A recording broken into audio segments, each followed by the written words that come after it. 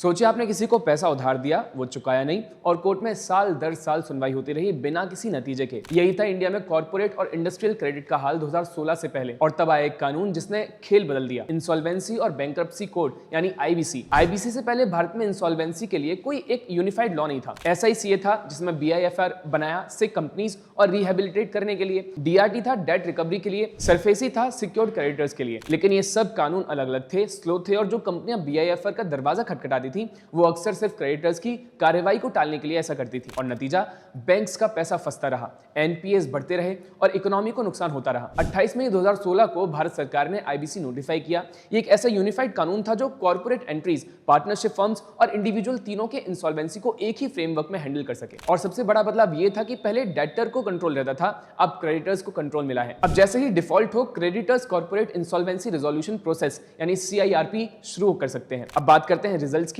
IBBI chief Ravi Mittal के अनुसार मार्च 2026 तक 8,987 केसेस एडमिट हुए, जिनमें से 7,102 केसेस क्लोज हो चुके हैं। इनमें से 4,099 कंपनियां यानी करीब 58% सक्सेसफुली रेस्क्यू हुई। और सबसे बड़ी बात, 1,419 रिजोल्यूशन प्लान से क्रेडिटर्स को जो रियलाइजेशन हुआ वो फेयर वैल्यू का 95% और लिक्विडेशन वैल्यू का 167% रहा। आरबीआई के डेटा के अनुसार शेड्यूल्ड कमर्शियल बैंक्स की टोटल रिकवरी में आईबीसी का हिस्सा 52.4% था, यानी यही बैंक्स के लिए सबसे इफेक्टिव रिकवरी मैकेनिज्म बन चुका है। दिसंबर 2025 तक 4.11 लाख करोड़ की रिकवरी हुई और फाइनेंशियल क्रेडिटर्स की रिकवरी 34% से ज्यादा रही। आईबीसी का असर सिर्फ नंबर्स में नहीं है, बिहेवियर में भी दिखता है। आईबीसी के डर से 30,310 केसेस तो फॉर्मल एडमिशन से पहले ही सेटल हो गए। इनमें 14 लाख करोड़ के डिफॉल्टर शामिल थे, यानी आईबीसी एक डेटरेंट बन गया। बोरोअर्स अब जानते हैं कि डिफॉल्टर्स का मतलब कंपनी का कंट्रोल जाना है। आईएम बैंगलोर की स्टडी बताती है कि 2018 से 2024 के बीच ओवरड्यू अकाउंट्स का नॉर्मल में आना लगातार बढ़ा और ओवरड्यू दिनों की औसत संख्या 248 से 344 दिनों से घटकर